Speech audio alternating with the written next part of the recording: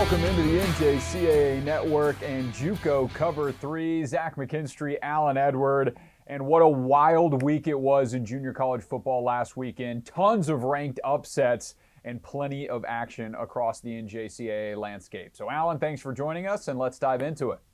Yes, sir. Thanks for having me again. Yeah, well, let's start with Thursday in Mississippi. You had Holmes taking on Northwest Mississippi, the number 6 versus the number 8, and it absolutely lived up to the hype. Holmes was down 28-7, rallied all the way back, a 99-yard touchdown drive to take the lead in the final seconds, and then Northwest with the Hail Mary to close it and knock off the number 6 overall team. What an incredible game and what a shakeup it was in Mississippi. Yeah, Northwest Mississippi.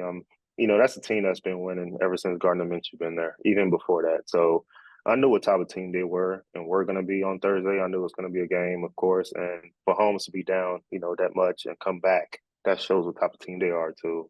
But a Hail Mary, to lose to Hail Mary, I mean, like they say, keep playing until you see that 0 on the clock. And I hate that happened to them, to Holmes like that for sure. It was crazy, too. They weren't playing prevent. They had 3 DBs, and somehow the wide receiver got behind all of them.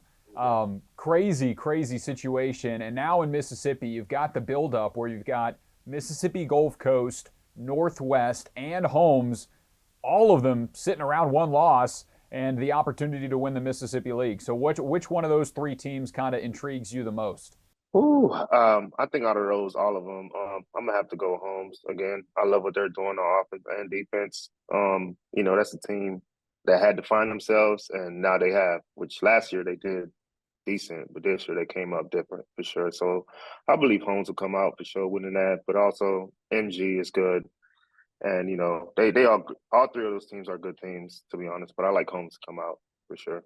Yeah. The flip side of that coin, Holmes has been, they're a Hail Mary away from being undefeated and in a playoff spot pretty adamantly right now. So that close, and now they've dropped pretty low in the rankings.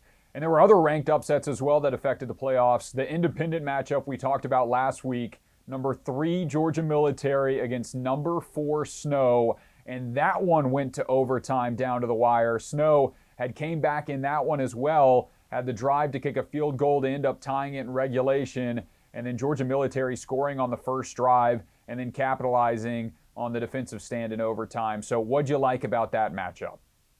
Georgia Military, of course, they came out hot during the season. First couple of weeks they came out, playing tough football, and it kind of fell off a little bit. But came against Snow was a big win.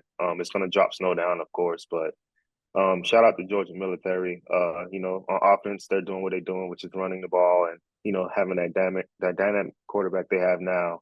Yeah, and then you look at Georgia Military. I feel like every time we talk about it, we talk about Chip Cooper and how he's that guy. I mean, he has played so well over his years there at Georgia Military. Now, we have not seen them in a playoff spot before.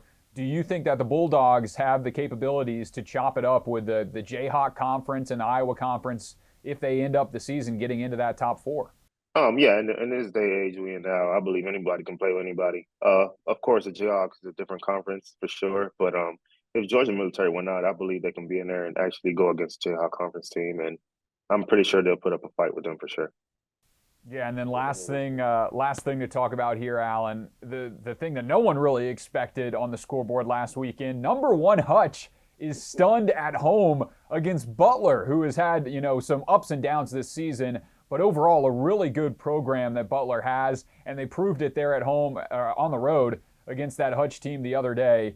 Hutch had 6 turnovers in that game, and it's their first conference loss since 2021. On top of that, they dropped to 3 in the standings after being number 1 for so long. So any time to panic for Hutchinson? What do you think about that game? Nah, I think this is a humble game for them. They're gonna learn a lot from this, and I believe in Dallas and what he's doing over there in Hutch. For sure, it's just a game that's gonna learn from, and this game is probably gonna help them continue to go where they was at last year, which was the Natty. So I think they'll be fine where they at now. So they'll be good. No need to panic for them for sure.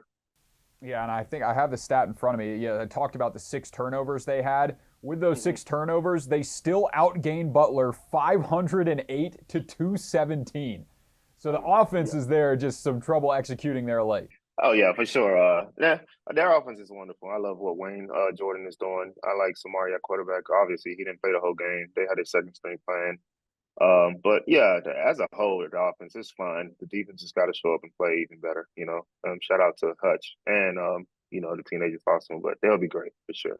So absolute chaos last week and a lot more to be decided. I think we're into the final 3 or 4 weeks of the regular season and then conference playoffs coming up as well. So that Mississippi League's going to be decided. We're going to see a lot between Hutch and Iowa Western and those teams as well. So a lot of fun junior college action on the way and a little bit of time to breathe after that chaotic weekend.